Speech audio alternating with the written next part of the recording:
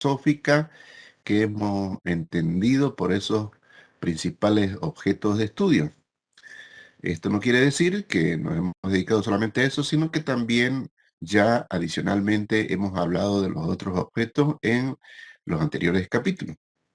Hoy vamos a hacer una precisión en cuanto a las formas de gobierno en este capítulo y vamos a comenzar en esta primera parte de dos en torno a lo que son las dictaduras. Y podemos decir de que probablemente el origen del concepto y del nombre de estas formas de gobierno se encuentra en una explicación ya que data desde los mismos filósofos griegos, que luego vamos a comentar. Pero antes de poder iniciar este comentario sobre las dictaduras en la historia, vamos a hacer una serie de consideraciones que a manera de antecedentes son importantes que se las mencione para podernos introducir en este tema de las dictaduras en la historia. Comenzando por este párrafo en el cual establezco una afirmación que se hizo ya hace mucho tiempo en torno al concepto de dictadura, que habla de la dignidad del dictador. Si nosotros tomamos en cuenta, según la lengua latina, dictadura o dictatororis en todo caso, habla de la magistratura y magistrados supremos y extraordinarios nombrados en Roma en circunstancias difíciles e investidos de un poder absoluto. Entonces, haciendo esta serie de consideraciones, hay un autor que es bastante renombrado en el ámbito de la ciencia política, como es Sirenli, Jan Sirenli, que él habla de la fe en una legislación fija, que muy pronto fue escrita, que es de todos conocida y respetado, y que va a sustituir a un concepto que se denomina la dique. Y la dique se constituye en la salvación del estado salvaje, pertenece a la polis, porque la dique, que es la determinación de lo que es justo, es una decisión ordenadora de la asociación política. Entonces, eso vamos a concebir, vamos a internalizar como la dique, la determinación de lo que es justo. Entonces, eh, esto que le mencionaba acerca de este autor Sirenli, ¿no? Y en definitiva, cualquiera que fuera su autor, ¿no? Y que hacía reinar una legalidad de tipo ocasional, que era inconexa, que era fragmentaria y que apenas era controlada por la Temis en ese tiempo, en la época romana, dentro de lo que significaban las formas de gobierno. Y esto también lo señalaba otro autor como es Touchard, ya en la primera mitad del siglo XX. Es decir, tenemos muchas referencias de autores representativos dentro de la ciencia política que obviamente hacen alusión a estas formas de gobierno. Pero aquí se debe mencionar también en ese desarrollo de tipo teórico que hay otra palabra, ¿no? Conocida como la nomos, que no desplaza definitivamente este concepto de la dique. Como la norma no puede evitar, digamos, la excepción, incluso las prevé. No las reemplaza, pero aparece, digamos, parte del avance científico que se da dentro de la ciencia. Si nosotros, por ejemplo, nos remitimos a Aristóteles, vamos a ver que él también mencionó la diqué, ¿no? Al principio de su obra sobre la política, ¿no? En su libro 1, en el capítulo 2, ¿no? En una frase que generalmente se traduce como justicia, así está mencionado en su obra, pero que sería más exacto traducir, de acuerdo a la percepción de muchos autores, como lo que es una decisión justa, ¿no? En consonancia con lo que acabamos de mencionar.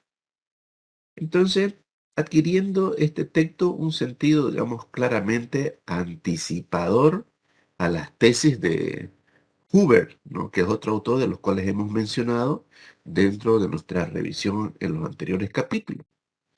Y Huber decía, el hombre cuando es perfecto es el mejor de los animales, pero cuando está apartado de la ley, es decir, de lo que mencionábamos hace un momento como el nomos, y de la decisión justa, que es la dique, que es la determinación de lo que es justo, así lo decíamos, es una decisión ordenadora de la asociación política, ¿no?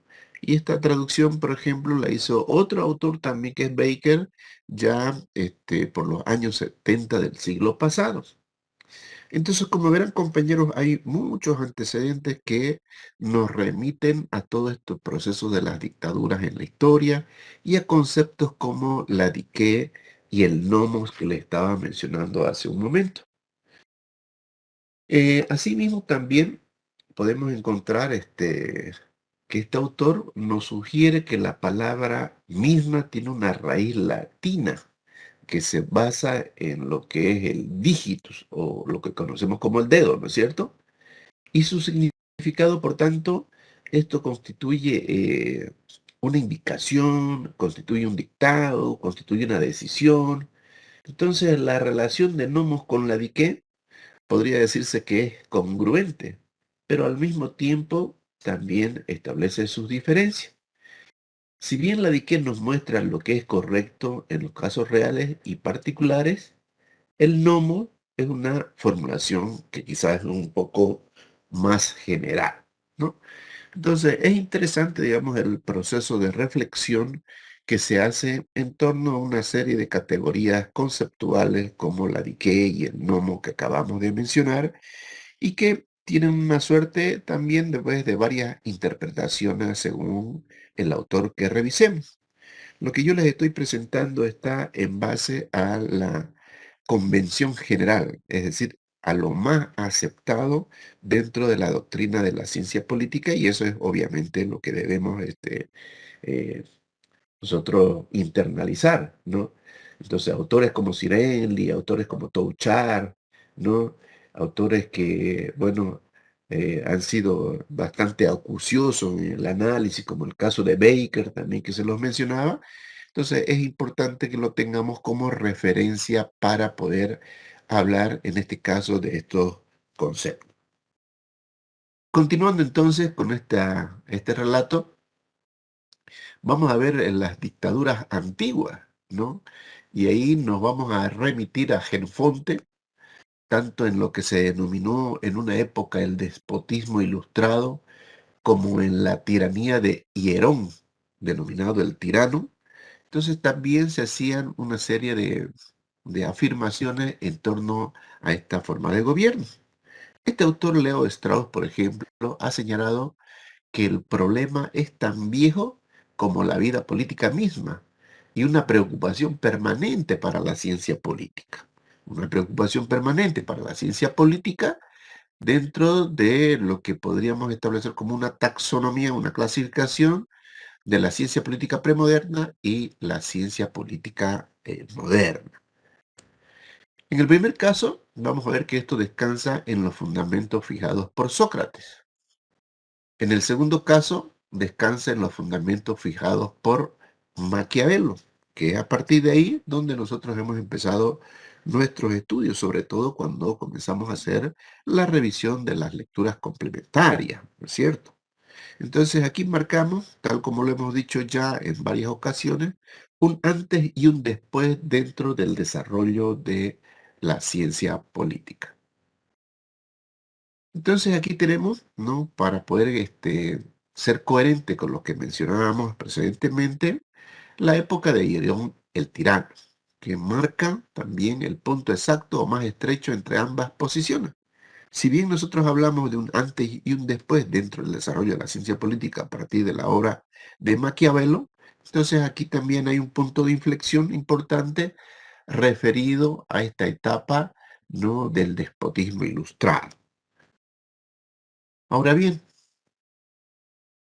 en cuanto a Maquiavelo, y sobre todo dentro de esa época de los discursos sobre la primera década del gobierno de Tito Livio, no fue el nombre tal como se decía, ni el cargo de dictador lo que esclavizó a Roma, sino la autoridad que alcanzaron los ciudadanos a causa del largo disfrute del mando. Eso es lo que ocurrió. Entonces, cuando nosotros hacemos una crítica, por ejemplo, en torno a lo que significa una reelección, a lo que significa seguir disfrutando del mando, es algo que no es coherente con lo que se concibe en la actualidad sobre la democracia, porque nunca debería haber una reelección en ningún nivel. Nunca debería haber, porque eso es antidemocrático. ¿No? Eso es postergar a que otras personas puedan también hacerse del poder y hacer sus aportes como servidores públicos. Entonces, eso siempre tenemos que tenerlo en la mente, ¿no? No es que existen personas excepcionales que se puedan seguir perpetuando en el poder, o personas tan extraordinarias que no haya más, ¿no es cierto? En eso tenemos que pensar. Si bien en el pasado hemos visto que líderes, que presidentes han sido electos, reelectos, vuelvas a elegir hasta 4 veces, por ejemplo, en el caso de nuestro país, no es la tónica que deberían seguir las democracias en la actualidad. Entonces, estos aspectos hay que corregirlos, ¿no? ¿Y se corrigen dónde? En la constitución política del Estado. De esta manera, entonces podemos ver de que el dictador temporal no perpetuo y solo para hacer frente a la situación anormal que aconsejaba su creación existía. Su autoridad consistía en decidir por sí solo cómo se debía remediar el peligro, en obrar sin consultar y castigar a cualquiera sin apelación posible. En eso consistía su autoridad. No podía realizar nada que menoscabase al Estado, tal como privar de autoridad al Senado o al pueblo, anular las antiguas leyes y dar nuevas ordenanzas. Entonces, la experiencia prueba que siempre fue beneficioso. Una república solo será perfecta si sus leyes no lo han previsto todo, prescribiendo los remedios de las situaciones anormales y el modo de aplicarlos. Por eso es que no existen leyes en ese sentido, por los siglos de los siglos. Amén. Sino que siempre hay una revisión. Se trata siempre de que, obviamente, por ejemplo, una ley de leyes, como es una constitución, tenga un amplio espectro temporal, es decir, que no sirva solamente para 3 o 4 años, 5 años, sino que trate de abarcar más años, ¿no? Entonces hay que tener una visión de prospectiva para diseñar, ¿no? Elaborar una constitución. Generalmente las constituciones se elaboran para unos 30 o 40 años. Eso no inhibe de que hayan reformas constitucionales en su interín, ¿no? Entonces, eso sí se puede hacer porque la misma ley lo franquea. Ahora bien, en conclusión, las repúblicas que en los peligros urgentes no pueden recurrir al dictador o a una autoridad análoga encontrarán su perdición en una situación grave, ¿no? Entonces, fíjense ustedes esa afirmación que estamos haciendo, pero bajo una perspectiva que se dio en su momento. Dentro de la teoría política moderna, se contempla la posibilidad de la dictadura constitucional. Fíjense, y este concepto es muy importante, en las distintas formas de estado de excepción, con la suspensión temporal de ciertas garantías constitucionales, observándose en el gobierno una tendencia a concentrarse los poderes para revestirse de energía, aún a riesgo de convertirse en tiránico. Entonces, si bien hay estas situaciones de excepción, no debe ser la tónica asumida por un gobernante, porque tiene la tentación, ¿no?, de cooptar la acción de los otros poderes existentes dentro del Estado. Es decir, no solamente estamos hablando que pueda detentar el poder ejecutivo, sino el poder legislativo, el poder judicial, el poder electoral. Entonces, obviamente eso es ya un totalitarismo, ¿no es cierto? Bien, entonces, En ese sentido, permítanme,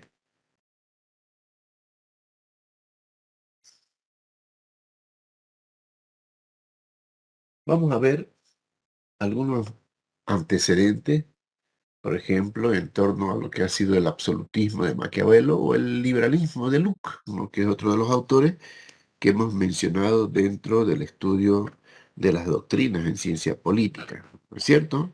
Como las teorías modernas.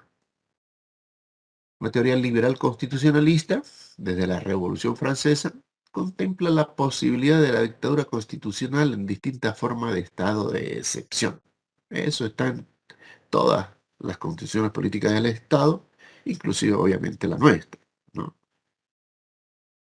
¿Cuáles son los precedentes de las dictaduras revolucionarias modernas? Aquí vamos a hacer mención, y hay un listado, ¿no? Desde el siglo XVII, ¿no? Hasta el siglo XIX en esta diapositiva, de Oliver Cromwell, de Thomas Hobbes, de Babel, de Blanqui, Marx, Engels, Tocqueville, hasta Víctor Hugo, ¿no es cierto? Con diferentes documentos, como los que más conocemos, ¿no? Del Leviatán, el Manifiesto de los Iguales, el Manifiesto Comunista, etcétera.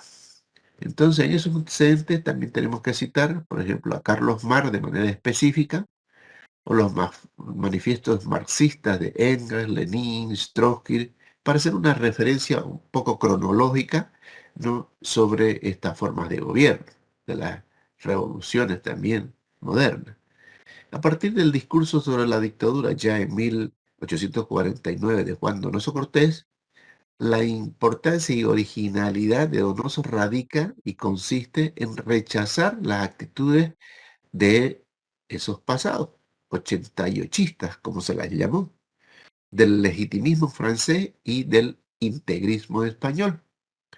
Entonces su concepto de la dictadura no es teocrático, sino realista y positivista, lo que confiere una clara modernidad a los postulados contrarrevolucionarios. Entonces, como observarán, compañeros, siempre han habido nuevos paradigmas que han ido emergiendo de acuerdo a las propuestas de estos siempre iluminados que existen en la historia, ¿no? Y que van haciendo aportes a favor de la sociedad. Entonces es importante marcar estos hitos para que tengamos una referencia clara si en algún momento ya queremos hacer un estudio con más profundidad, ¿no? Dentro de lo que es la ciencia política. Entonces, hablamos, por ejemplo, de las dictaduras gubernamentales conocidas como de arriba o conocidas como la del sable, o de las dictaduras insurreccional, de abajo o del puñal, ¿no? Entonces, de esa manera establecemos esta taxonomía, esta clasificación. Por ejemplo, este autor, Carl Smith, hace una serie de distinciones, ¿no? En torno a un documento sobre las dictaduras, por ejemplo, de 1921. La dictadura comisoria constitucional, diferente a la dictadura soberana o revolucionaria, ¿no? La dictadura cualitativa de un Estado autoritario a una cuantitativa de un partido totalitario. Entonces, fíjense cómo ya sus mismos nombres nos van dando la pauta de cómo se fueron enfrentando una serie de posiciones y cómo se fueron diferenciando. Y hay autores como Carl Smith que empezaron a esclarecer esta diferencia. Entonces, aquí lo que acabo de mencionarles es una serie de antecedentes en cuanto a los gobiernos de dictadura. ¿Está bien? Pueden activar por un momento sus cámaras, por favor, mientras voy cargando su segunda parte de este capítulo.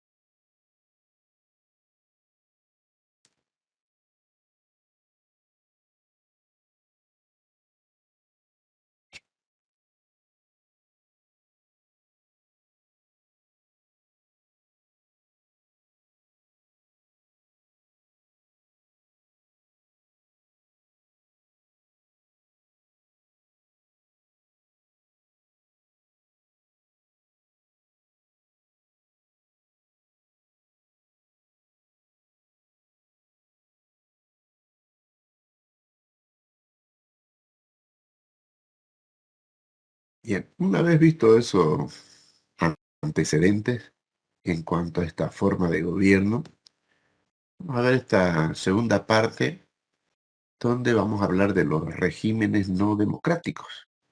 Y vamos a hacer referencia, ¿no?, a esta distinción que evidentemente es prioritaria en lo que constituye el universo de los regímenes no democráticos, ¿no? Es la separación entre los conceptos de totalitarismo y autoritarismo. Entonces, si hay algo que se nos tiene que grabar claramente, es esta secuencia: democracia, autoritarismo y totalitarismo. Porque un poco que esa es la secuencia en la cual se han dado estas formas de gobierno. Inicialmente, en todo Estado se concibe una forma democrática de gobierno, pero en la medida de que hay una degeneración de la democracia, se pasa a lo que es un autoritarismo. Y cuando ese autoritarismo se profundiza, ya se entra en un totalitarismo. Entonces ahí es donde ya solamente un solo poder concentra todos los poderes existentes en el Estado. Y esto, entre comillas, digamos que ha sido en muchas ocasiones un proceso natural, que una democracia se va degenerando, que un gobierno demócrata se va convirtiendo en autoritario, y una vez que hace un disfrute de ese autoritarismo en el poder, se convierte en totalitario. Y así profundiza su hegemonía. Y eso es lo que no debemos, obviamente, permitir, y siempre debemos estar atentos a que no haya ese proceso de degeneración de la forma de gobierno. A veces se dice, o algunos dicen, no, este gobierno ya se está convirtiendo en un gobierno autoritario. Y otros dicen y contradicen, no, no es que sea autoritario, no nos piensen así, ¿cómo va a ser? No creo que sea posible, si el tipo era así, ¿no?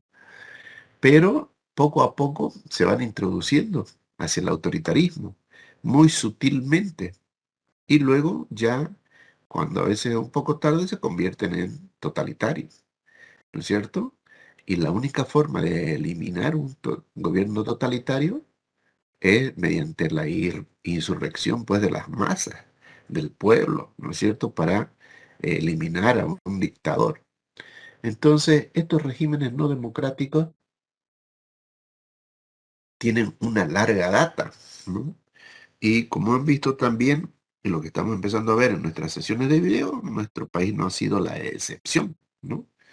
No solamente hemos tenido gobiernos democráticos, totalitarios, autoritarios, populistas. En definitiva, como siempre digo, nuestro país es un excelente laboratorio para poder analizar, ¿no?, en los hechos todas las formas de gobierno que existen en la teoría. Y lo hemos tenido, ¿no?, a través de la historia y sobre todo en todo el desarrollo del siglo XX, sobre lo cual nosotros estamos teniendo las sesiones de video. Y como verán ustedes, son pues muy enriquecedoras para poder aprender de casos reales cómo se dan estas distintas formas de gobierno. Y eso es lo que estamos haciendo a través de esa estrategia de enseñanza-aprendizaje, ¿no?, que son las sesiones de video. Bien, entonces, continuando con esto de los regímenes no democráticos, ¿no?, vamos a ver que hay elementos de la diferenciación que tienen que ver entre un gobierno autoritario y un totalitarismo. Tienen que ver con la movilización de las masas, tienen que ver con la penetración que se hace en la sociedad entre ambos sistemas políticos, es decir, los niveles, la forma en la cual se la realiza. Entonces, las investigaciones sobre el totalitarismo y el autoritarismo han llevado a que se encaminen, pues, en el primer caso, al estudio de esas ideas políticas, esas ideologías políticas. Y el autoritarismo son observados desde un prisma de la dinámica de los sistemas políticos, ¿no?, que van dándose Porque si bien hemos concebido inicialmente un proceso democrático, ¿no? Entonces la dinámica que tienen los sistemas políticos imperantes en el mundo, ¿no? Entonces van desarrollándose en los países y van degenerando esa forma de gobierno democrático. Entonces, a estas dos formas de gobierno, es decir, al autoritarismo y al totalitarismo, nos vamos a dedicar ya en esta segunda parte de este capítulo. ¿Va quedando clara la idea de la estructura de lo que estamos viendo en este capítulo, compañeros? ¿Qué me dicen? ¿Está clarito, clarito?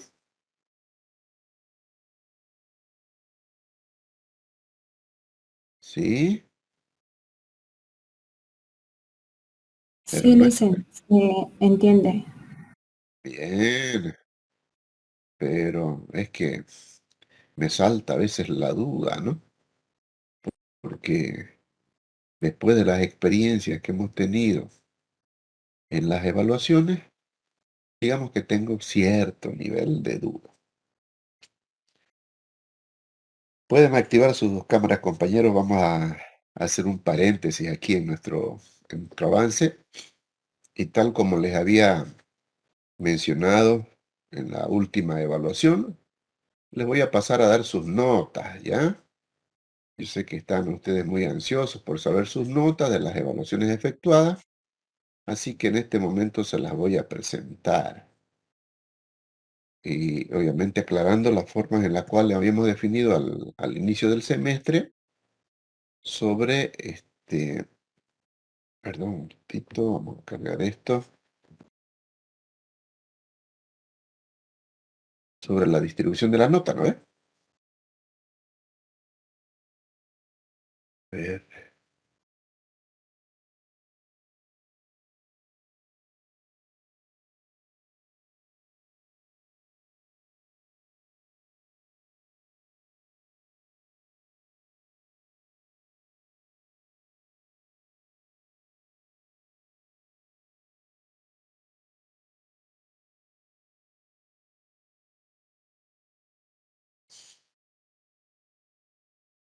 Bien, aquí les presento las notas, previa una explicación. Aquí, fíjense ustedes, en la cabecera, dice actividades prácticas, esto que estoy circularizando, no son de 25 puntos, esto es sobre las notas de la exposición, la nota sobre los mapas conceptuales y las sesiones de video, eso hacen a los 25 puntos. Eso se acumula y al final yo coloco todas estas notas, como verán, aquí está todo con cero, porque al final del semestre recién sabemos, bueno, cuántas lecturas vamos a revisar, cuántas sesiones de video vamos a tener y por lo menos ya hemos completado una vuelta en los diferentes grupos que se han conformado, ¿no? Entonces aquí tenemos, fíjense, esta donde dice grupo, están los compañeros agrupados de acuerdo a su participación, y solamente nos quedaron dos, ¿no? Diana Justiniano y Juan Velázquez, que no aparecieron nunca, ¿no ve? Son los únicos que no han hecho presentación. El resto todos tienen su participación en los grupos y obviamente tienen su nota individual y de grupo, y también van a tener su nota sobre las tareas de los mapas conceptuales y su asistencia a la sesión de video y al llenado del formulario. Eso hacen los 25 puntos. Luego tenemos el primer control de lectura sobre 10 puntos, la primera evaluación parcial sobre 15 puntos, el segundo control de lectura que vamos a dar el miércoles sobre 10 puntos, es decir, la próxima clase, la segunda evaluación parcial que hemos dado sobre 15 puntos, y luego al final tendremos la evaluación final de la materia de 25 puntos. Todo eso hace el 100%. Entonces ahora paso a explicar aquí lo de las notas. Permítanme un ratito, vamos a ver estas partes.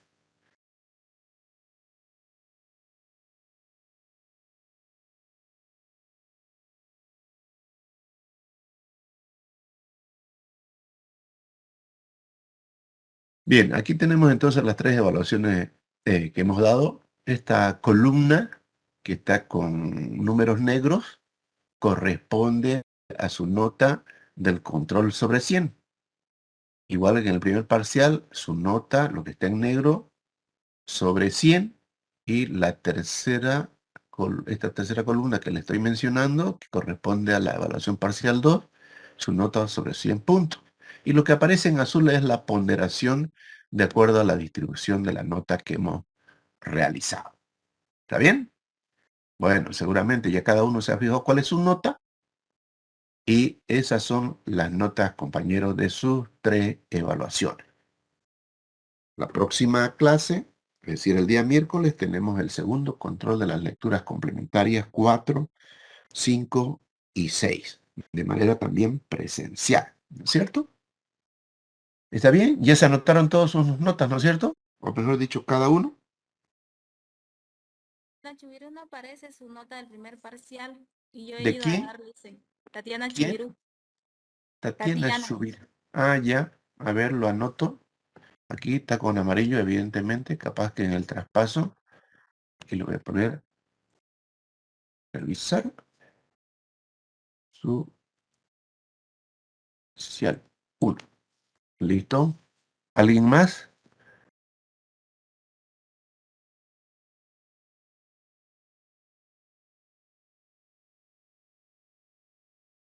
¿Está claro, no es cierto? ¿Anotaron? Sí, listo. Ya, perfecto. Entonces voy a ver un ratingo, esperé.